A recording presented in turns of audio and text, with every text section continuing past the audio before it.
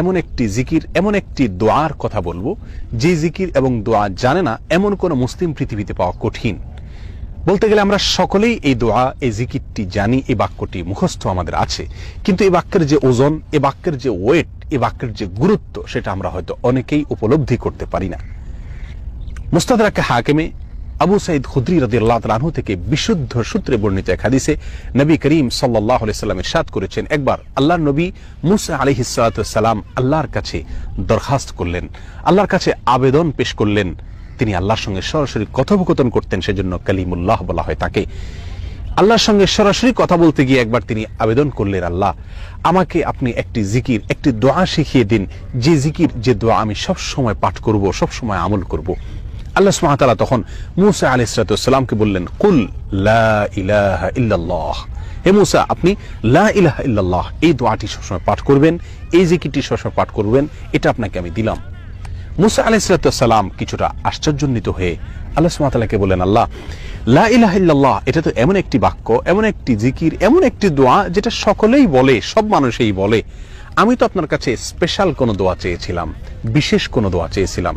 আল্লাহ সুবহানাহু ওয়া তাআলা তখন মূসা আলাইহিস সালামকে বললেন, হে মূসা, যদি সপ্ত আসমান, সপ্ত জমিন এবং এই দুইয়ের মধ্যে যা কিছু আছে সব কিছুকে, আল্লাহর অস্তিত্ব ছাড়া বাকি সবকিছুকে যদি একটি পাল্লায় রাখা হয়, একটি হাতে রাখা হয়, আর লা ইলাহা ইল্লাল্লাহ এই বাক্যকে যদি অপর হাতে, অপর পাল্লায় রাখা হয়, তাহলে লা ইলাহা ইল্লাল্লাহর পাল্লা ভারী হবে।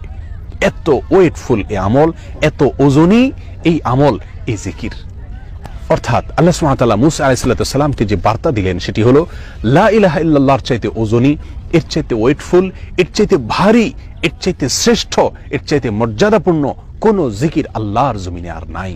প্রিয় বন্ধুগণ, মূসা আলাইহিস সালামের জন্য সবচেয়ে স্পেশাল দোয়া হিসাবে, সবচেয়ে স্পেশাল জিকির হিসাবে আল্লাহ সুবহানাহু ওয়া তাআলা যে দোয়াটি নির্বাচন করলেন, যেটাকে সবচেয়ে ওজনী আমল হিসাবে আল্লাহ সুবহানাহু ওয়া তাআলা স্পষ্টভাবে ব্যক্ত করলেন, সেটি হলো লা ইলাহা ইল্লাল্লাহ।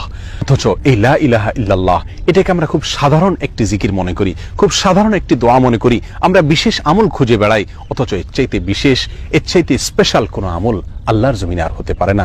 জিকিরের মধ্যে যত জিকির আছে, যত দোয়া আছে, যত আমল আছে, সমস্ত জিকিরের ভিতরে সবচেয়ে শ্রেষ্ঠ, সবচেয়ে ওজনী আমল, সবচেয়ে ওজনী জিকির হলো এই লা ইলাহা ইল্লাল্লাহর জিকির।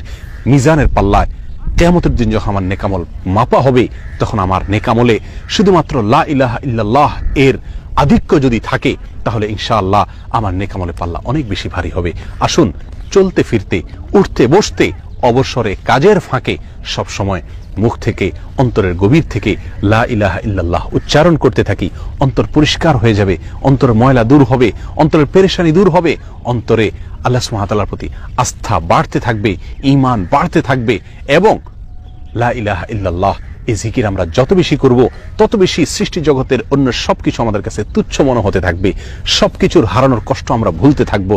আল্লাহ সুবহানাহু ওয়া তাআলার কাছে আমরা খুব বেশি নৈকট্য অর্জন করতে পারবো।